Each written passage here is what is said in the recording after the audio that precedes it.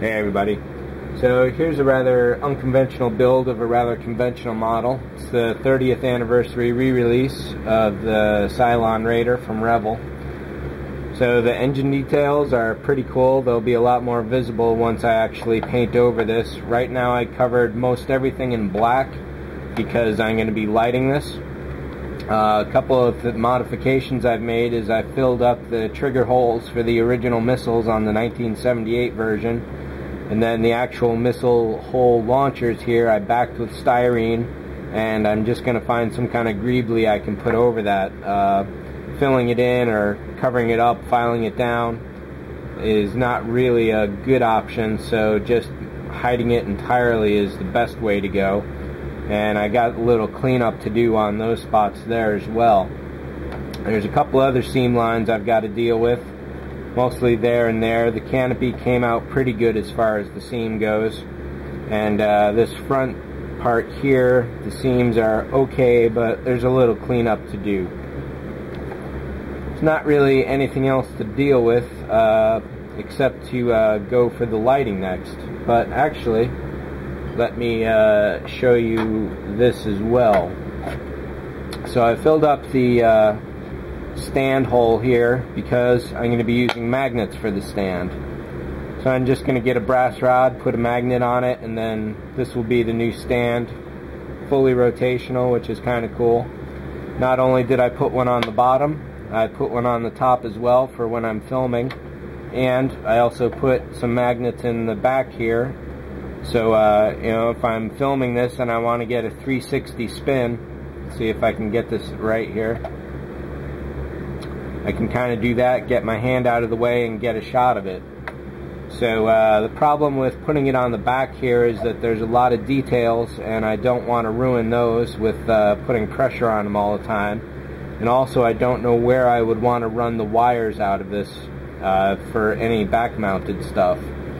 For when it's top mounted, I put these two holes in here, and I'll show you that in a second. So down here, what I'm probably going to do is make a little incision on either or both sides of this, and then see if I got it here. Run this copper tape from the inside where it'll connect to the power, and then just kind of loop it to the outside, so I'll have two contact points for the power outside. So let's pop this open and take a look at what we got on the inside. So everything's been painted black to kill any light leak. That's definitely a critical thing if you're going to go for lights, because you know, this is supposed to be a metal ship, so it should not glow from any internal lighting. Filled up the interior seams here with CA and lots of baking powder to completely seal it up. Attach the new details to the bottom because they fit better there, and I decided that I'm going to attach all the lighting and wiring to the top half of the shell. So here you can see I've got these springs, so the main power is just going to route through here, insert it into the spring, close it, and it'll stay that way forever. So this is a good example of what the CA looks like with the baking soda. And this is just a regular piece of poster board that I threw in there to block out some light leak. And then this entire area is blocked out as well with styrene sheet, because on this upper panel here, that is fully exposed to the interior, so that had to be blocked off to prevent any leaking. And even now I can see a little bit of glow going on, so I'll have to do some more work on that to block the light here. Probably cover up this bit as well and seal up around the springs here a lot better. I got some black poster board and made these light boxes for the engines. So these have two insets where I can stick the LEDs. It looks like they go this way facing out. So I may put a piece of wax paper back there to help diffuse them. We'll see about that, but those will attach to the back here. The light boxes go on top of that, and then that should help block out any extraneous light from, you know, seeping along any of these edges, especially in this area as well.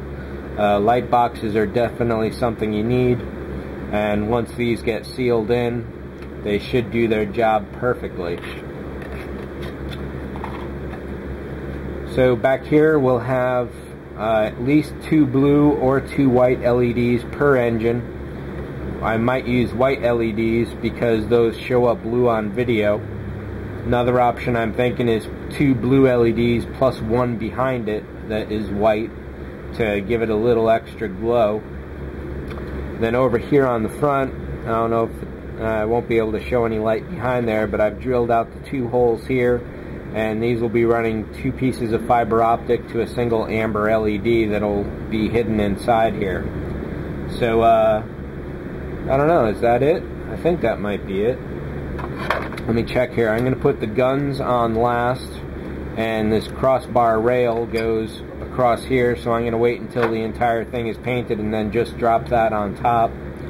I took a pin vise and drilled out the barrel itself, but I got a little cleaning up to do there, it looks like. Let's see if I can, well, I don't want to damage it by doing anything casual here.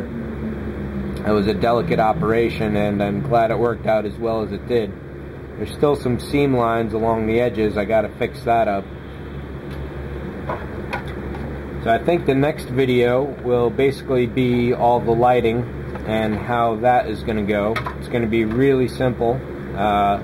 Just a matter of connecting all the positives to positive and negative to negative, throwing some resistors in the mix. I'll show you how to do that. I got to dig through my wall warts and see what I've got that's appropriate. I'd like to find something low voltage with not too big a milliamp for the power, just so I can conserve on resistors and the power itself. The milliwatts, or milliamps rather, figure if it's 20 per light, then we're dealing with up to 60, 120, 160 milliamps is all I really need at most. However, I could probably get away with 40, 80, 100 milliamps. So somewhere in that range. The LEDs themselves use around like 2 volts into 3 volts. So a power supply in that range, maybe 5 volts maximum, will be good. I don't mind using a larger power supply, but for conservation of what you need, I'd rather save a big power supply for a big lighting model than waste it on something small and easy like this. So I guess that's pretty much it for this guy. Like I say, the next one you can expect to see some lights, and we'll go from there. See ya.